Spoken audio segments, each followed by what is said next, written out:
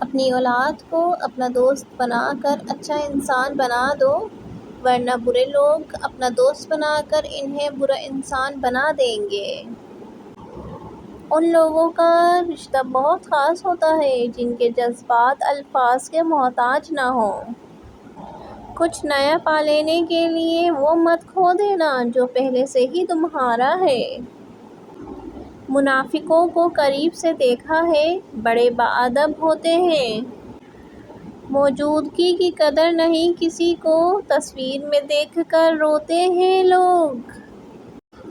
تلخ حقیقت: ہم کسی کے لیے ہمیشہ خاص نہیں رہ سکتے۔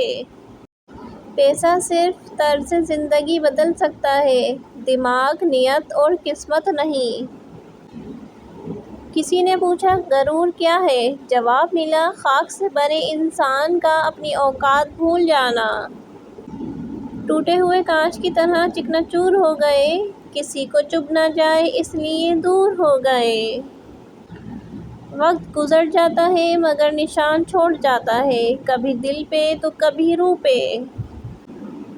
بڑا انسان وہ ہوتا ہے جو اپنے ساتھ بیٹھے شخص کو چھوٹا محسوس نہ ہونے دے۔ اپنے کردار کو نمک جیسا بناؤ، نہ کوئی زیادہ استعمال کر سکے، نہ ہی کوئی آپ کے بغیر رہ سکے۔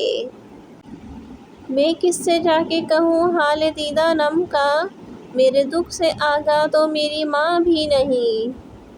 ہم جو کرتے ہیں وہ ہمیں کبھی غلط نہیں لگتا، ہمیں صرف وہ غلط لگتا ہے جو دوسرے کرتے ہیں۔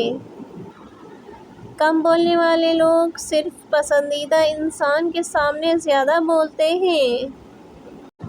رزق صرف روپیہ پیسہ نہیں ہوتا بلکہ نیک اور محبت کرنے والی بیوی، ہنستے مسکراتے بچے اور خوشگوار فیملی بھی رزق ہے۔